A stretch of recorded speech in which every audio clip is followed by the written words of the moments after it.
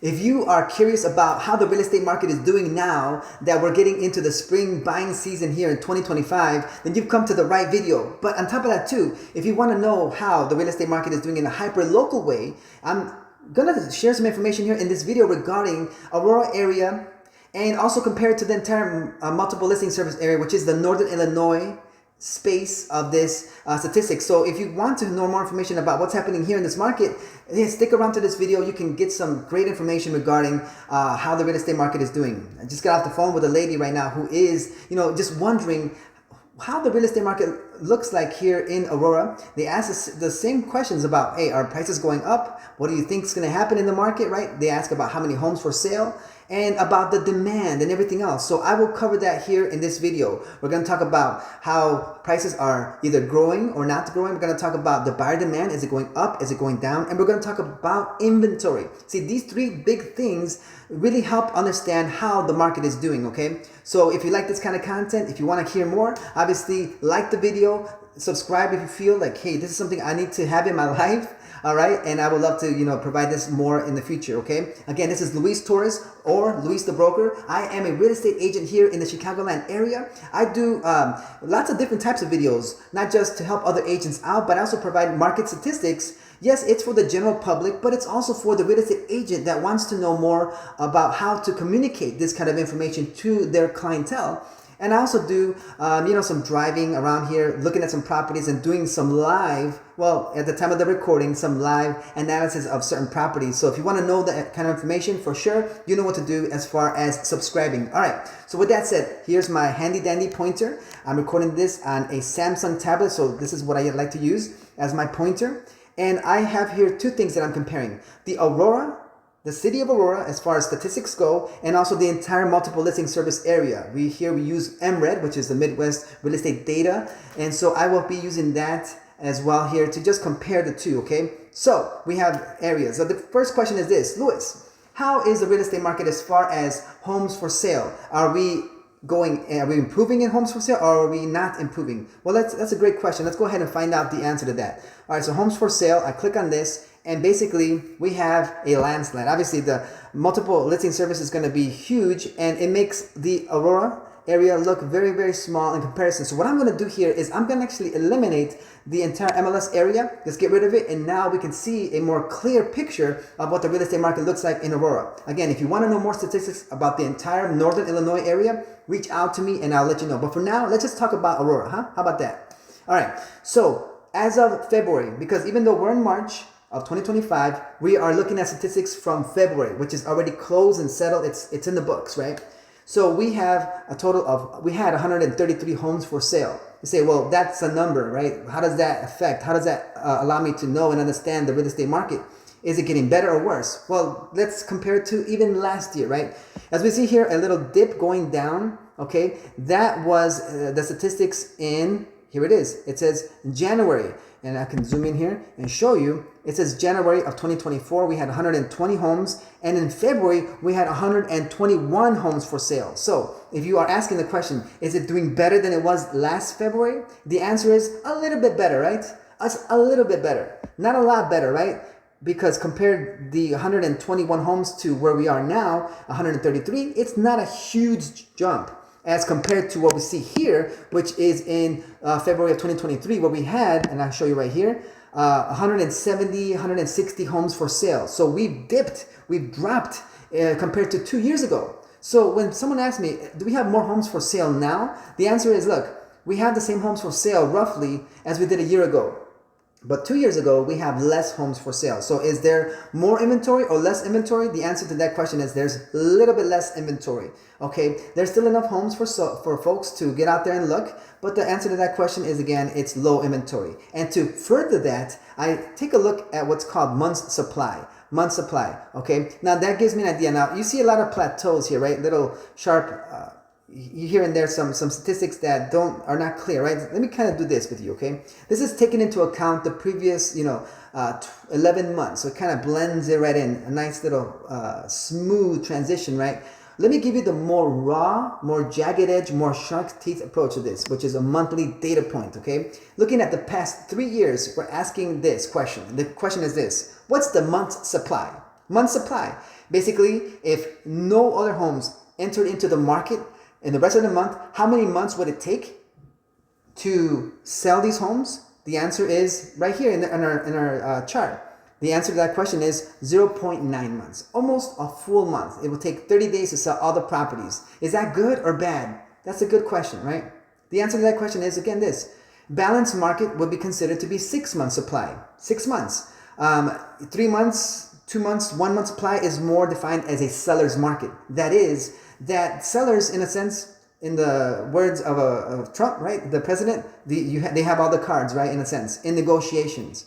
So the sellers in that case have the market, right? They can almost dictate, right, what they can, and they can dictate exactly, what kind of terms they want of the price, almost, right? There's obviously a supply-demand dynamic here, so you don't want to overprice it because there will be consequences as far as not getting your property sold, let's just say, right? It's got to be reasonable enough. But at the same time, again, just having this be a seller's market is very advantageous. So the answer to the question is this a seller's market or is this a buyer's market in Aurora in March of 2025, February 2025? The answer is it is a seller's market. And not just any seller's market.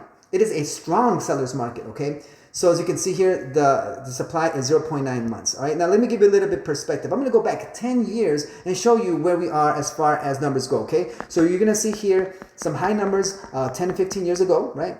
And then we're going to go into the modern times, which is right now, right? 10 years ago, we had about 4 months supply, and now we've been just basically hovering around the 1 month supply. Ever since around 2020, 2021 is when we took that dip, and it has not recovered since that point. Yes, you can say that, of course. Month supply or housing inventory has dipped since the pandemic, and it has not recovered. We are not seeing in Aurora pre-pandemic levels of inventory. We are just not. And you say, well, how can you say that if I heard on some podcast somewhere or some YouTube video somewhere saying, hey, we're getting back to pre-pandemic levels? Well, as far as the Aurora area is concerned, here in the Chicago suburbs, we have not seen that return, okay? We have not seen it go back up to this point. We just haven't. And that's just the state of affairs, okay? So as far as that goes, the inventory, it's still low and it's going to continue to stay low. As far as numbers go, sales price goes, okay? I'm going to look at the average sale price in Aurora, okay? Now that's, again, the last 10 years. You can see how prices have gradually gone up, which is in tune and it's in sync, it's inconsistent, let's just say. It's consistent with the fact that real estate is a solid investment. You ever ask the question of, hey, is real estate a solid investment or not? The answer to that question is, look, it is. You can see here in the last 10 years, the prices of homes have gone up. So if you're wondering, hey, should I buy a house? Is there a market crash coming? Listen, the answer to that question is, look, there it is. The prices have gone up, up, up. And because demand is still very strong, we see here that there is going to be a demand. The demand is going to continue to keep prices going up. As you can see here, you can't really see it, but underneath here, you see where my cursor is? All right, that represents buyer demand, and that buyer demand is what's keeping these prices going up, okay? You take away demand, obviously then the prices will go down to meet with demand, okay? Does that make sense? So the buyer demand has been high, and the prices have been in sync, okay? So as far as prices and average prices go, that's what the number looks like. So have home prices gone up? Of course. Now here, this is a statistic showing year over year prices in Aurora. The average price is $352, and they have gone up 6.6% compared to last year, okay? So prices have gone up 6% compared to last year. That's, again, the state of affairs. Who should I blame for this? Well, obviously, we know that buyers are the ones who, basically put the value on a property. You say, no. The seller. I am the seller, and I say that my house is worth X, Y, Z. In fact, right now, I'm showing a house here behind me, okay? Very massive house. But there's a certain price that they put on this property. But at the end of the day, the buyer who's going to meet me here in just a few minutes is going to actually say, you know what, I think the property is worth X, Y, Z, and I'm going to offer X, Y, Z for this property. And if the seller accepts, then okay, therefore, and it closes, right? Therefore, the property is actually worth X, Y, Z, whatever my buyer and the seller agreed to. And that's just the state of affairs, okay? Everyone can have an opinion on price. Anyone can say X, Y, Z costs this much and X, Y, Z costs that much. But at the end of the day, the question is this. what is a buyer willing to pay for this property? And if there is an agreement, then that is the worth of the thing, and that's final, right? So anyway, we are here looking at this statistic called shows per listing. This metric here informs me and informs us of the demand of buyers out there, okay? Demand meaning that, hey, how many shows per listing, how many showings are registered and are requested, right? And are seen by potential buyers. Well, here we go. We see here some waves, right? Up and down, up and down. The real estate market is cyclical, right? Especially here in these cold weather states, there is a time to go out there and look at properties, and then there's a time to retreat, right? So where are we currently? Again, here in the statistics, we do see February, the shows per listing were at 11 and a half, almost 12, you could say if you want to round it out there. And in January is 11.4. So January and February were basically the same as far as that goes. But how do you compare it? Well, last year we had 11.6, and in February we had, let me see if I can bring up the numbers, 15.3. So last year in February we had more buyer demand than we do this year here in this area. So that's really good to understand that, hey, the February demand has actually been a little bit less compared to a year ago. In fact, right here the statistic is 24.5%, almost 25% less than last year. Yes, there's a quarter less. Let's just say if there were 100 shows out there, 100 buyers, from last February to this February, there's now 75 compared to that one. That's just what the quarter reduction looks like as far as buyers go, okay? But again, because of the limited inventory, it still feels like it's just a lot of activity out here, okay? So that's basically where we are. So there's less buyer demand. Last year it peaked at 16.3, right? So that's what it looks like. My opinion is, just based on what I see here, is I guess a prediction of mine. Gradually we've seen interest drop, right? We saw here a peak in 2022 of 20 shows per listing, right? And then in 2023 it was April with 18. The peak was 22, 18, in the following year 16. So maybe this year we're gonna have a peak of 14 shows per listing.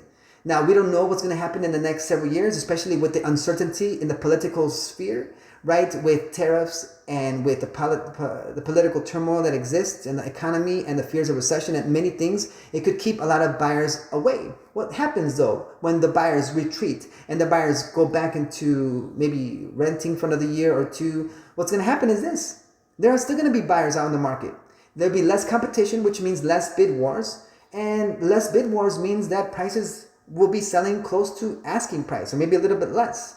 When there's a bid war situation, wherever there's a list price, it always goes above the list price, at least most of the time it does. And so with the reduction of those bid wars, we're going to see prices, I think flatten out a little bit, but not to drop. Obviously, for a drop to happen, we would need to have excessive amount of inventory and a reduction in buyer demand. And I don't see any of that happening even now, okay? So that's just the state of affairs here in the Aurora area. Try to keep this video very small, very short and sweet, but that's basically the gist of it here. If you want more information about how the real estate market is doing, make sure to leave a comment below or reach me at Luis the Broker. I'm also on Instagram and social media as well, like that. I put out more videos in short form. I also put out stories in my videos and in my accounts, which basically it's like you're following me around, and whenever I see interesting things in my showings and places that I go to, I like to put those out there. So if you like that kind of content, I put out daily encouragement as well for newer and